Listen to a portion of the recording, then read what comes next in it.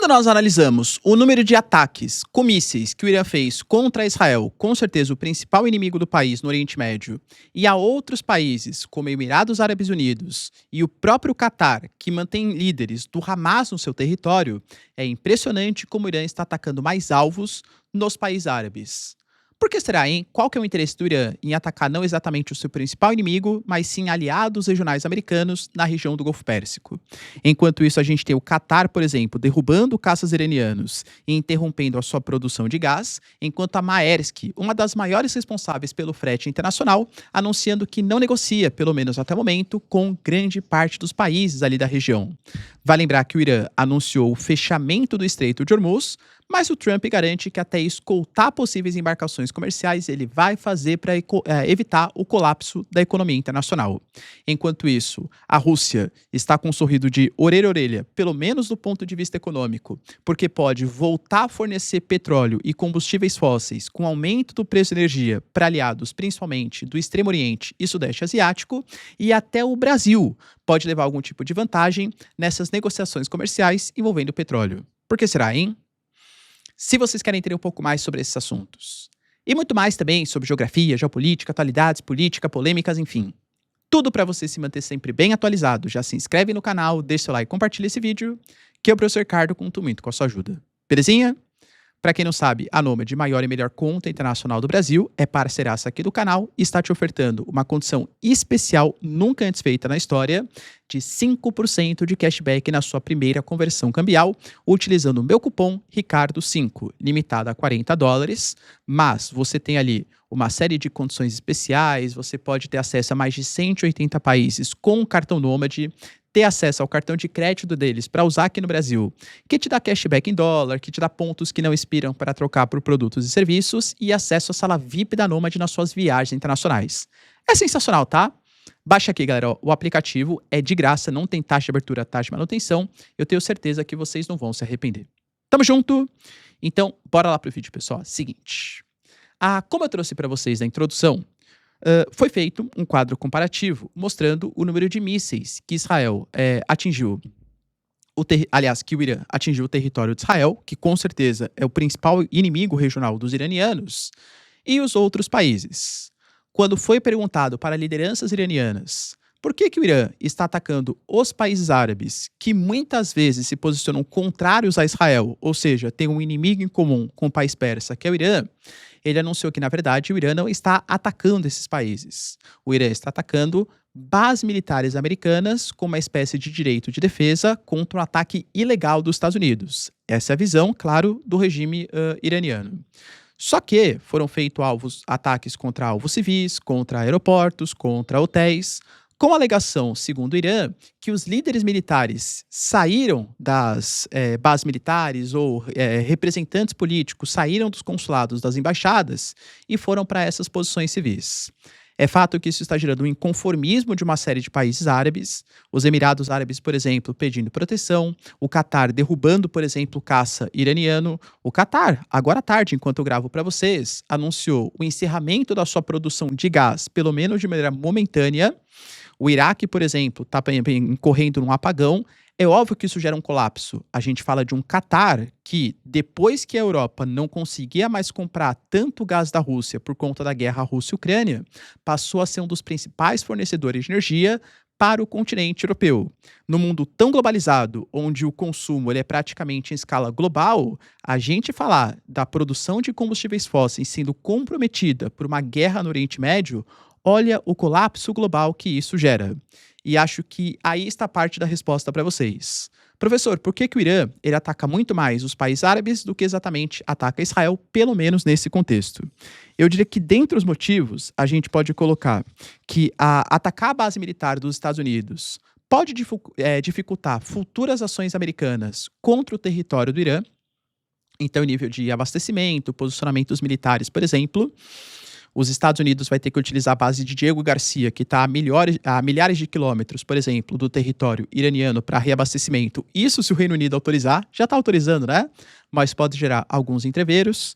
A gente fala, por exemplo, de uma possibilidade de retaliação menor. Os países árabes, embora alguns deles sejam poderosos, com certeza não têm a mesma capacidade de ataque do que tem Israel.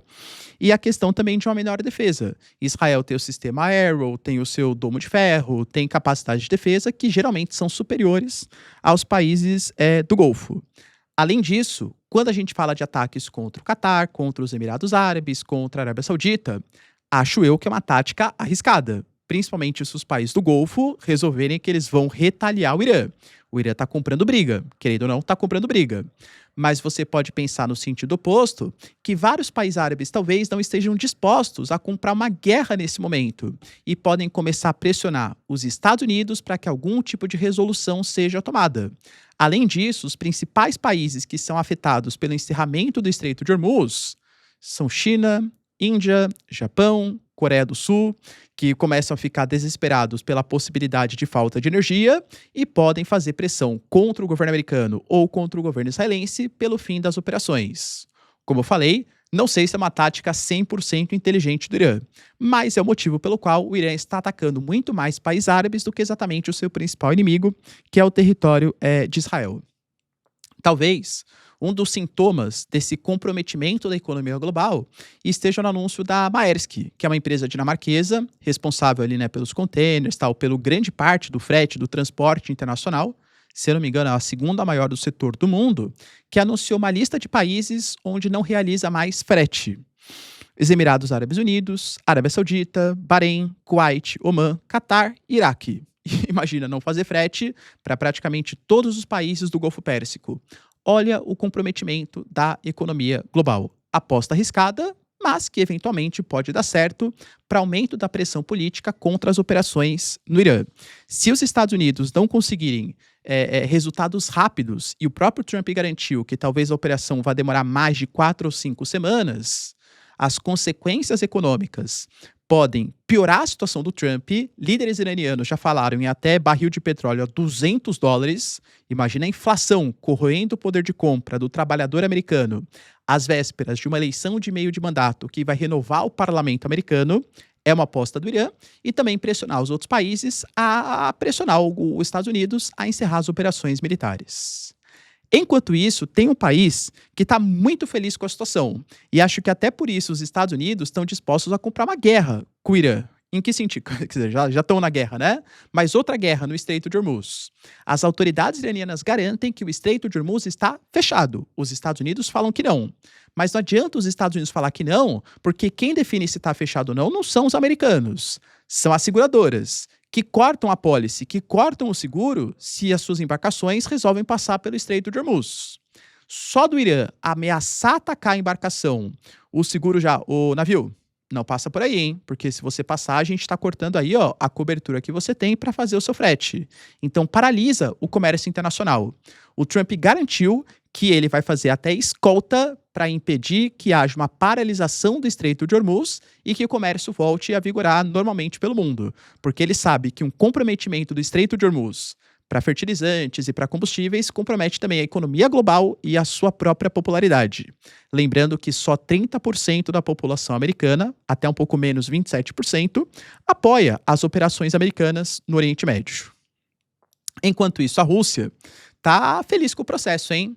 Como eu falei para vocês, a China é muito comprometida, mas a China é um país mais estratégico, tem um planejamento um pouco maior, alega ter reservas para 4 a 5 meses de petróleo.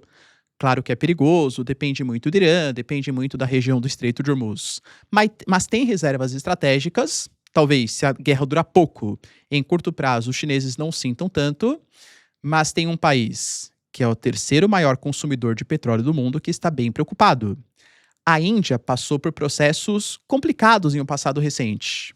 Por pressão do governo americano, reduziu as compras de petróleo da Rússia e começou a comprar mais do Oriente Médio. O Oriente Médio agora que está fechando o Estreito de Hormuz e vai reduzir com certeza as exportações para a Índia. Quando a gente analisa os dados, a Índia, 40% das exportações de petróleo da Índia são pelo Estreito de Hormuz. A Índia tem estoque para aproximadamente 25 dias. Putin, que não é besta nem nada, Narendra Modi, chega aí, ó. Te oferto a possibilidade de dar conta de 40% da sua demanda, aumentando as exportações russas para o território indiano.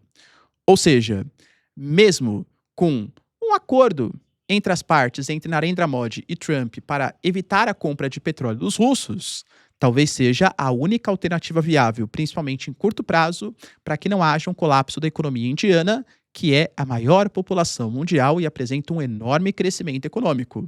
A Índia já se tornou uma parte importante da engrenagem da economia global. E a Rússia pode ofertar esse petróleo, tá? Lembrando que, além de tudo, o preço do petróleo e do gás aumentando favorece muito os russos, porque mesmo a Rússia sancionada, ela baseia o desconto, vamos colocar assim, né, do gás e do petróleo no preço do petróleo Brent, no preço que é praticado pelo comércio internacional. Petróleo e gás mais caro significa aumento da margem de lucro para os russos. Será que o mundo ou os Estados Unidos vai conseguir convencer a Índia a não comprar petróleo da Rússia mais? Inclusive com a possibilidade de sanções? Eu particularmente acho bastante difícil. E por incrível que pareça, o Brasil também pode sair beneficiado, mas com certas dificuldades. E quando eu falo benefício, cara, óbvio, né? Pô, nenhuma guerra tem beneficiado, porque toda guerra é péssima, a morte de pessoas. Vamos esquecer essa parte social e geopolítica. Estou falando do ponto de vista econômico. O Brasil, em um passado recente, até por uma certa pressão da China, passou a aumentar a sua produção de petróleo e vender a sua produção para os chineses. Como eu falei, a China tem reservas estratégicas. Talvez nesse momento não haja uma demanda tão grande assim para ter mais petróleo vindo do Brasil. O Brasil, ele é um grande produtor. Professor, a gente nem é autossuficiente em combustível. Concordo, mas não porque a gente não tem a capacidade de produção de petróleo, e sim porque a gente não tem capacidade de refino desse petróleo. Aliás, as nossas refinarias muito concentradas no Sudeste, as nossas refinarias com grande atraso tecnológico, grande parte delas não adequada ao petróleo que a gente produz, muitas vezes a gente é obrigado a exportar o petróleo cru de um tipo que não é o das nossas refinarias, para importar o petróleo adequado às nossas refinarias. Querendo ou não, a China se adequou a esse petróleo. Mercado no Sudeste Asiático e no Extremo Oriente, onde estão localizados a maior parte da economia global e onde existe essa demanda de petróleo, eu diria que tem, pelo menos em um curto prazo. Então, se o Brasil conseguir aumentar suas capacidades produtivas de petróleo, isso é importante, claro, né? E também, esse conflito se mantiver por mais tempo, para que seja necessário um aumento da oferta de energia, o Brasil até pode se dar bem, pelo menos em curto prazo.